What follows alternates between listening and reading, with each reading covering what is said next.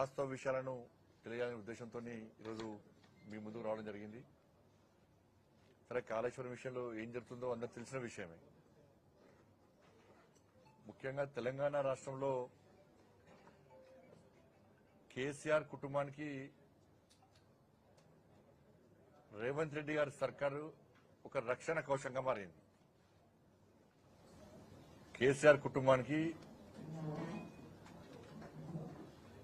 రేవంత్ రెడ్డి గారి సర్కార్ ఒక రక్షణ కవచంగా మారింది. మీరు చూడండి, ఏ ఒక్క స్కామ్ లో కూడా, ఏ ఒక్క అవినీతి ఆరోపణలు అనుకుంటారు, ఇప్పుడే స్టార్ట్ చేసిన ఏ ఒక్క అవినీతి ఆరోపణలో ఇంతవరకు చర్యలు తీసుకున్న దాఖలాలు లేవు. ఇప్పుడు దీని ద్వారా తెలంగాణ రాష్ట్ర ప్రజలకు అర్థమవుతున్నది. అందుకే వాతావరణం మొత్తం మారిపోయింది. ప్రజలందరూ ఆలోచిస్తున్నారు. అందరికీ ఇచ్చాం అవకాశం, ఈసారి బీజేపీకి ఇద్దాం అధికారం.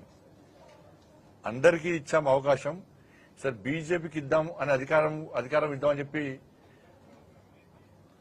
ప్రజలు అనుకుంటున్నారు.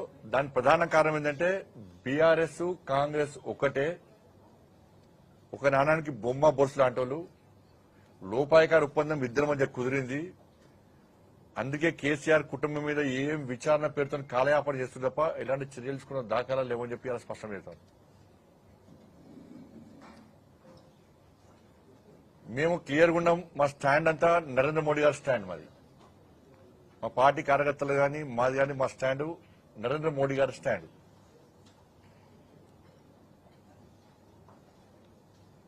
ఇవాళ కాళేశ్వరం విషయంలో ఇది ఒక పెద్ద అవినీతి ప్రాజెక్టు. కాళేశ్వరం అనేది అవినీతి ప్రాజెక్టు. కేసీఆర్ కుటుంబానికి ఏటీఎంగా మారిందనేది జగమెరిగిన సత్యం, నగ్న సత్యం. 11 సంవత్సరాలు ఒక దేశాన్ని నీతి నిజాయితీతో పాలించినటువంటి ఒక మహానుభావుడు నరేంద్ర మోడీ గారు ఏం ఆధారం లేనిదే, ఏం తెలియందే తెలంగాణకు వచ్చి కాళేశ్వరాన్ని ఏటీఎం అని చెప్పగలుగుతారా? కేసీఆర్ కుటుంబానికి ఏటీఎంగా మారని చెప్పగలుగుతారా? నరేంద్ర మోడీ గారు చెప్పారు, అమిత్ షా గారు చెప్పారు, మా జాతీయ అధ్యక్షులు జేపీ నడ్డా గారు చెప్పారు, రాష్ట్ర నాయకులు చెప్పారు. కాబట్టి 100% ఇది కేసీఆర్ కుటుంబానికి ఏటీఎం లెక్క మారింది.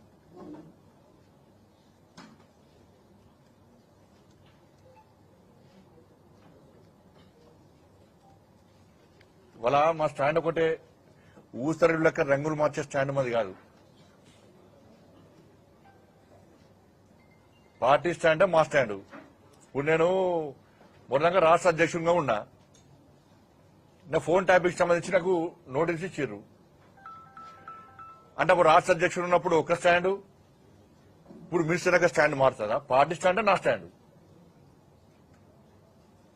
నేను మినిస్టర్ ఉన్నా, రాష్ట్ర అధ్యక్షుడు ఉన్నా, రాష్ట్ర అధ్యక్షులు లేకున్నా, సామాన్య కార్యకర్తలు కూడా పార్టీ స్టాండ్ నా స్టాండ్. స్టాండ్ మారదు. భారతీయ జనతా పార్టీ కార్యకర్తలు, కమిట్మెంట్ తో పనిచేసే కార్యకర్తల నాయకుల స్టాండ్ మారది. పార్టీ నిర్ణయమే మా నిర్ణయం. కాళేశ్వరం విషయంలో మా స్టాండ్ అంతా కూడా ఇది పూర్తిగా అవినీతి అక్రమాలతో కూడుకున్నటువంటి ప్రాజెక్టు. 38,000 కోట్లతో పూర్తయ్యే ప్రాజెక్టును 1,20,000 కోట్లకు అంచనాలు పెంచి కేసీఆర్ కుటుంబం డబ్బులు దనుకునే విషయం వాస్తవం. కానీ అలా రేవంత్ రెడ్డి సర్కార్ ఏం చేస్తున్నది? అరే, ఇక కాళేశ్వరం ప్రాజెక్టులో పనిచేసిన అధికారులు 100 కోట్లు సంపాదించుకున్నారు. కాళేశ్వరం ప్రాజెక్టులో పనిచేసిన అధికారులను ఇట్లా కదులుతో 100 కోట్లు వస్తున్నాయి దగ్గర. ఇప్పుడు నాయకుల పరిస్థితి, కేసీఆర్ కుటుంబ పరిస్థితి ఏంది? కానీ అందరు అధికారులు తప్పు కాదు. నేను మళ్ళీ రేవంత్ రెడ్డి గారి సర్కార్కి విజ్ఞప్తి చేస్తున్నా, కాంగ్రెస్ పార్టీ ప్రభుత్వానికి, మీరు దయచేసి అధికారులకే పరిమితం చేయకండి అవినీతి. ఒక 2-3 అధికారం చర్యలు తీసుకుంటాం, అధికారులందరికీ మెమోలు ఇస్తాం, అధికారులందరినీ బదిలీ చేస్తామని కాదు. మీరు రాజకీయ నాయకులను, అప్పుడు అధికార నాయకులను ఏం చేస్తారో చెప్పండి. ఫస్ట్ మీరు స్టాండ్ చెప్పండి. రాజకీయ నాయకులు మీరు స్టాండ్ చెప్పండి. అంటే రాజకీయ నాయకులు, అధికార పార్టీ నాయకులు ఎంత సంపాదించుకోవచ్చు? మేము మాత్రం కేవలం అధికారుల మీద చర్య తీసుకుంటామంటారా?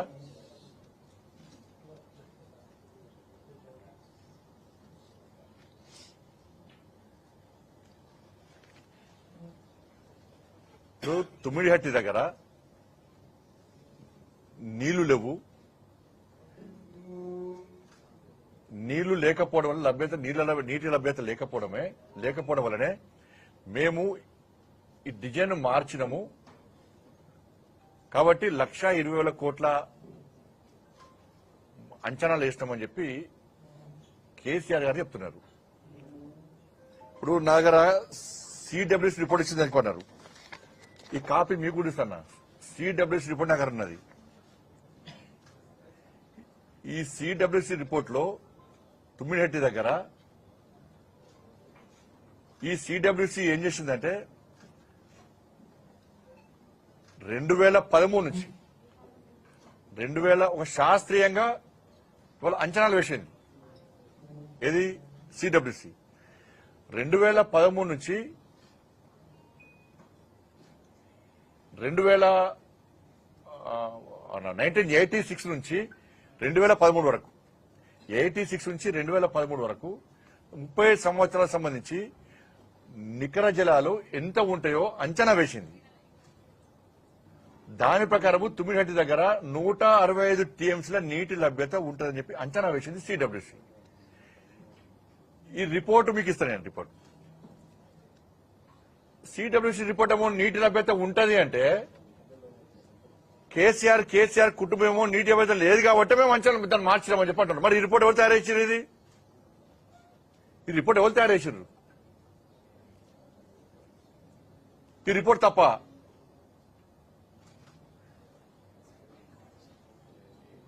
సిడబ్ల్యూసీ రిపోర్ట్ పక్కా ఉంది. ఇది మీకు కూడా ఇస్తా.